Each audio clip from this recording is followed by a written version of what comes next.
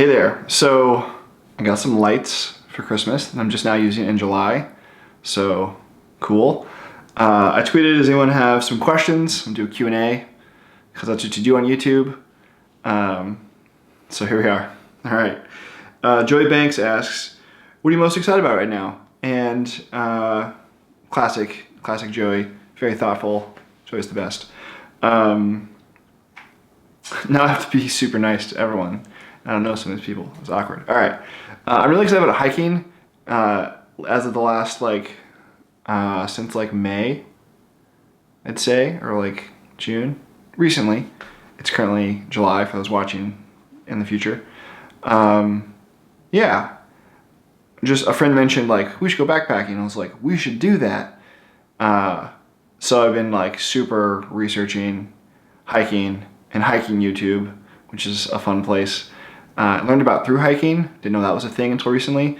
That's going a really long distance. We have to stop and resupply and then keep going because you can't carry that much food with you. The Pacific Crest Trail goes from Mexico to Canada. It's 2,600 miles.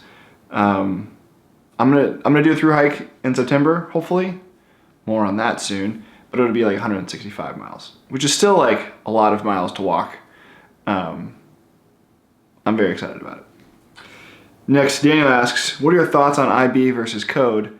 And I have a lot of thoughts about that. If you Google why I don't use Interface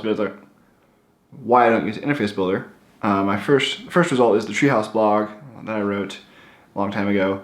I think it still stands. I made a list at work last year. It was 100 things. Maybe I'll do a video or write a blog post or something. Blog post is a much better format for this, I think. Not a fan though, is the short answer. All right.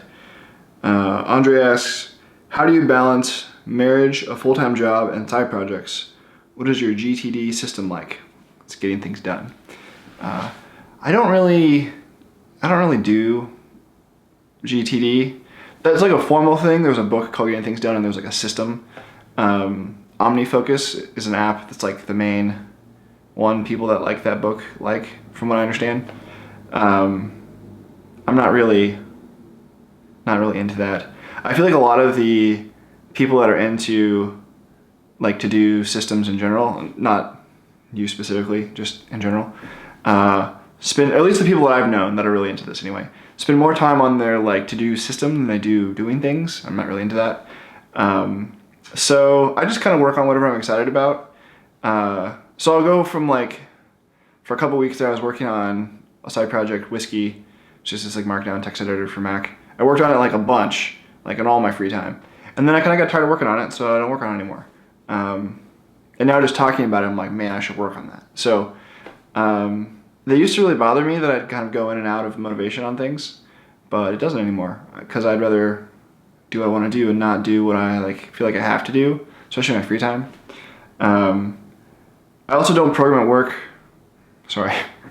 I do program at work, not as much as you would expect probably. But I don't program at home ever, hardly ever. Very rarely. An hour or two a month. Unless I'm gonna do a side project an afternoon, which is really rare. So I spend most of my time hiking or hanging out with my wife, playing board games, going with friends, that sort of thing. And I'd rather do that. I have enough years of typing, and it's what I think about all day at work, even if I'm not actually programming some of the time. So anyway, I get enough of it. David asks, he didn't ask a question actually. He just says he misses Immutable. So thank you. It's this podcast I used to do. Tyler asks, you're working on apps for iOS for as long as anyone. Is it still fun and exciting for you, or is it becoming work? Well, it is work because it's my job. But yeah, I was doing Mac development before iOS, and then started doing iOS during the beta, and launched an app day one, and then ever since for the most part. Some breaks here and there, but most of it.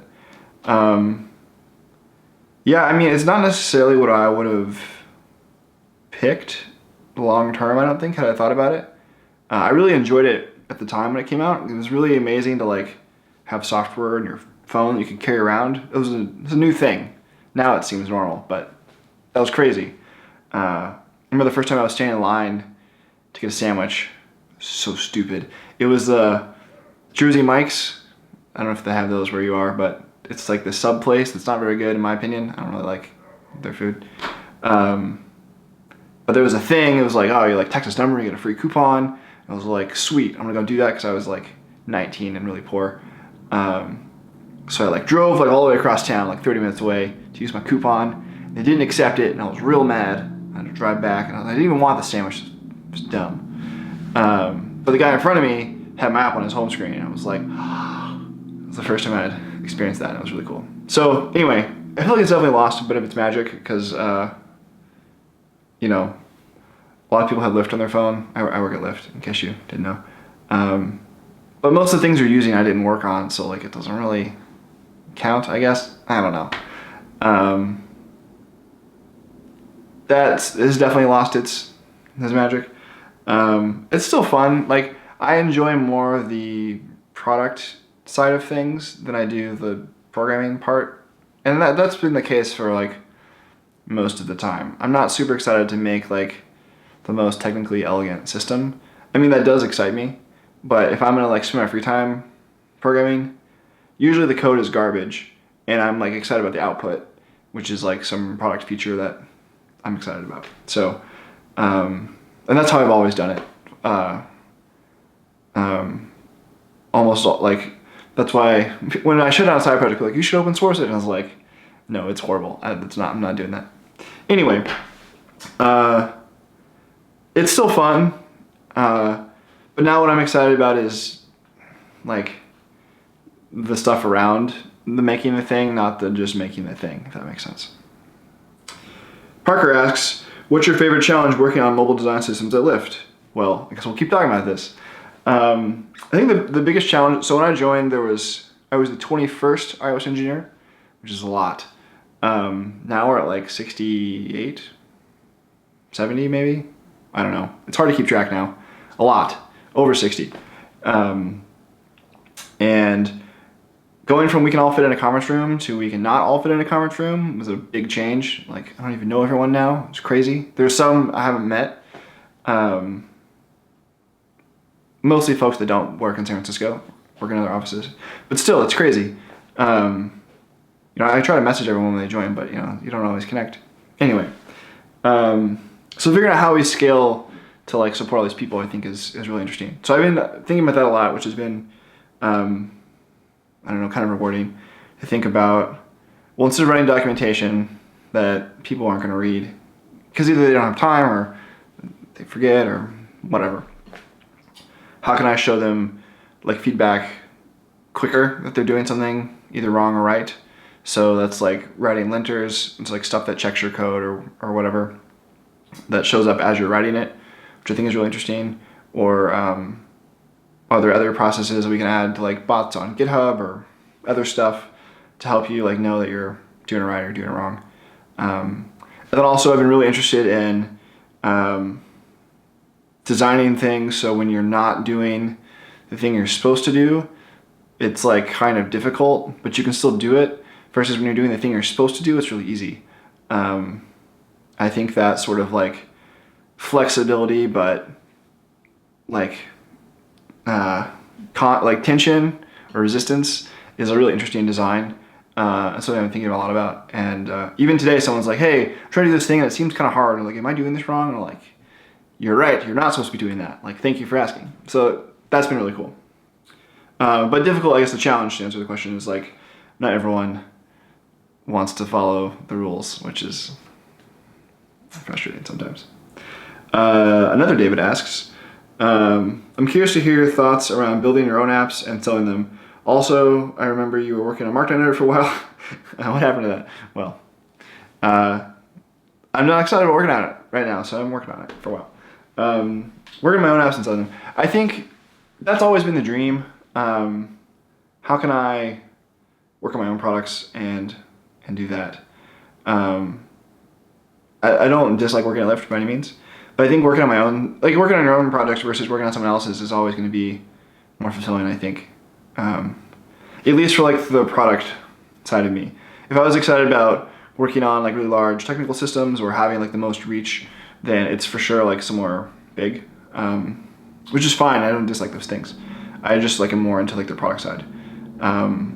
So I'd like to work on my own products, and historically I have not made hardly any money on my own apps. I think mainly just because I don't have any good ideas. Not that I'm not capable of like making stuff. I hope. I don't know. So I don't know. I have a lot of like app ideas, but not like business ideas, and that's been. I don't know. It's fine. Every once in a while, I'll like toy with the idea of I'm gonna dedicate like Tuesday nights, and that's gonna be my work on my ideas night. But I'd rather. Is today Tuesday?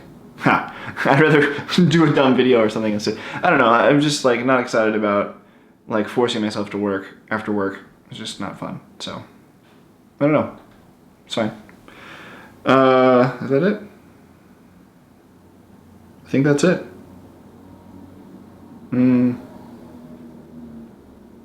Yeah. Well. Yeah. That's fine. That's enough. Well, this has been Q&A. I don't know if I've done one on YouTube before. I used to have a podcast called Immutable that David asked about. So if you want to hear me answer questions, there's a whole year of doing that. There's another year of just rambling. So you can go back and listen to that. Don't recommend it. Yeah. I